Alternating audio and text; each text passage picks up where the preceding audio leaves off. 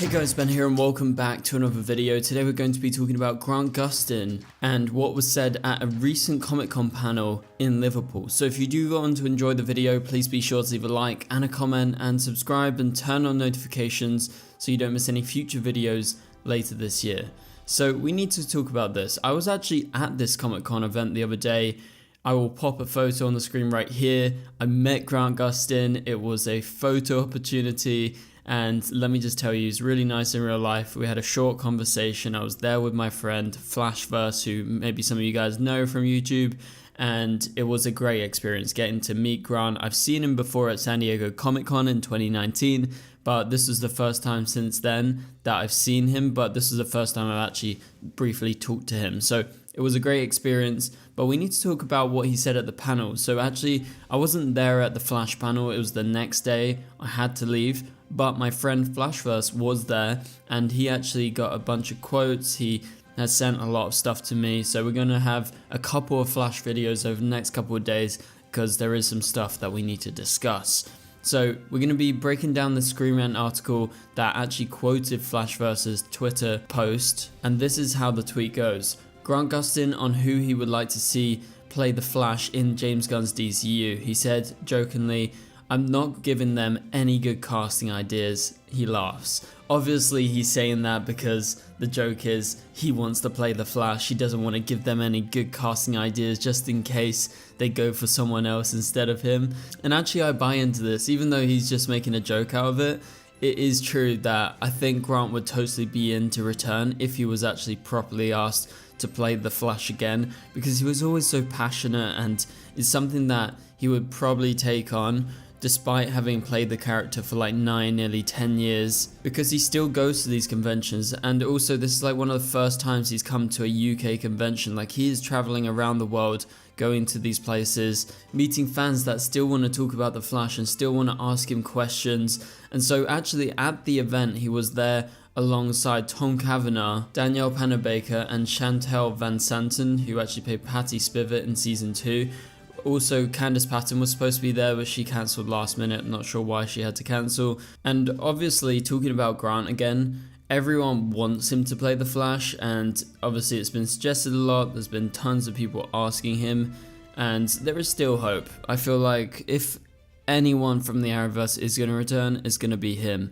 And so based on his new comments, it seems like he is still open to that idea, and it's nothing too crazy to say that if Grant was to be asked, like, he would actually just accept it. So Screen Rant continues by saying, since Ezra Miller's version of The Flash was far from beloved and the actor's solo movie as Barry Allen became a major box office bomb, DC fans have turned to campaigning for Grant Gustin to become the DCU's Flash. That has made its way to the highest level of DC management, with DC Studios co-CEO James Gunn claiming he would love to work with Gustin when asked about how the actor's talents could be going to waste since DC was not using him. So I think there is a very valid point here. Since Ezra's version of The Flash flopped and it did really poorly and it wasn't very well received in the DCEU, with DCU, why not go for a proven formula? Grant Gustin is a proven formula, and that's why people have turned to campaigning for Grant Gustin not just to appear in like a cameo role in the DCU as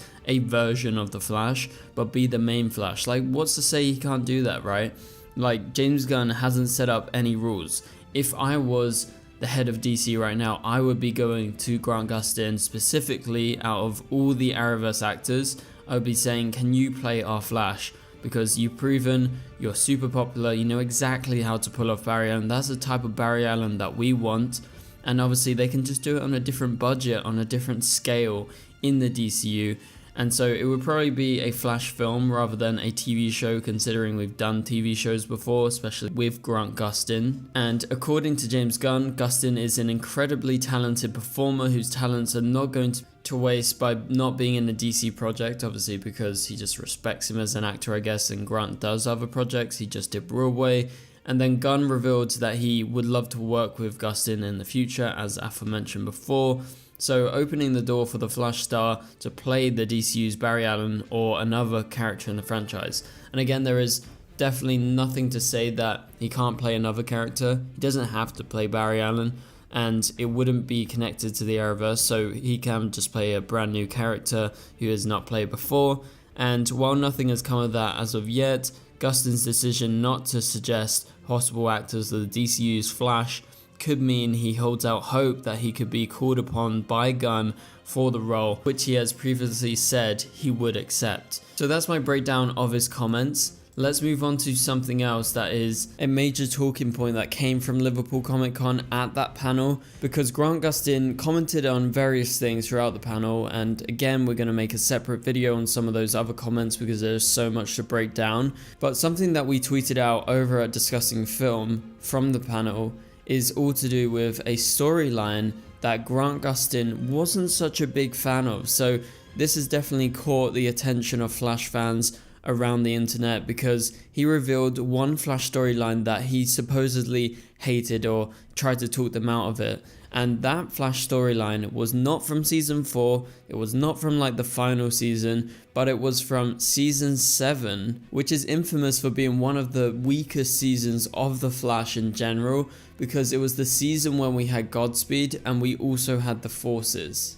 And there is also Eva, who was a kind of big part of the start of that season. So during the panel, he opened up about the Forces storyline being quite questionable. So Grant Gustin said he didn't like the Forces storyline in the Flash season 7, calling the Forces my children. I tried to talk them out of that. He also added that he didn't like the Godspeed lightsaber style fight too. I was like, we can do this now, really? So basically he is being quite logical about this, and he is agreeing with the fans, because that's the reaction that we all had at the time with the Forces storyline, when he was forced to call the Forces his children, but they were just like forces that were somehow linked to him, and they weren't his literal children. Like, it just didn't make any sense. And the fact that they got used to saying that so quickly, and then also the Forces saying like daddy, mummy, stuff like that, it was just so weird in the way that they just said it. So I really like that he's actually calling this out and being like, yeah, this was weird, like why did we have to do that?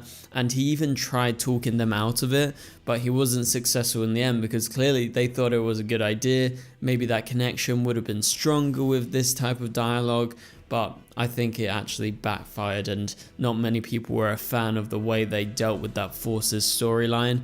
And he also commented upon the Godspeed lightsaber fight. Obviously Godspeed was a bit of a letdown in the Flash.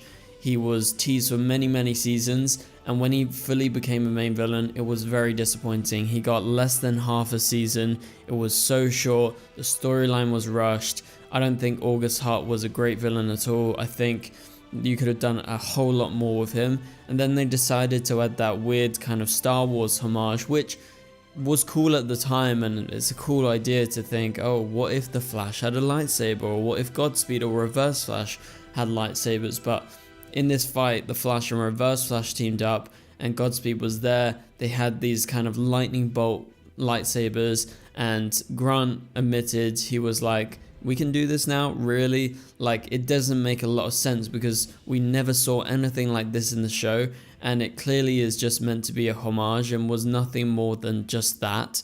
It doesn't seem very realistic to the Flash's powers, like holding a lightning bolt for that long. Yes, they can hold it and catch a lightning bolt, we've seen that with Zoom in the past, but holding it for that long and using it as a weapon, like, why wouldn't they use it all the time if it's OP? And really, I don't think it's like the most effective weapon that the speedsters could be using. Like, just use your speed, go at them, try and beat them up, and maybe phase your hand through them if you want to kill them, if you're like Godspeed or Reverse Flash.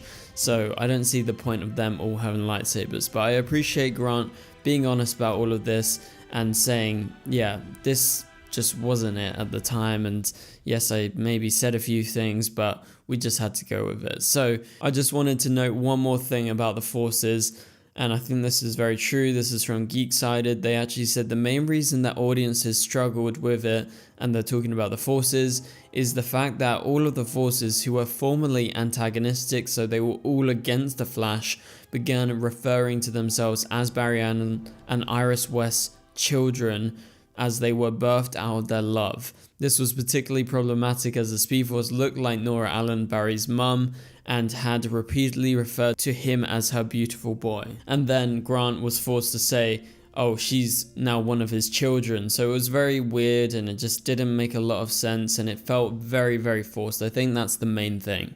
But that pretty much does it for this video, guys. If you enjoyed the video, please be sure to leave a like and a comment to help this video get out there. Also subscribe and turn on notifications so you don't miss any future videos. But for now, you can click on the top right corner of the screen to watch my latest video, and I'll catch you guys later. Goodbye.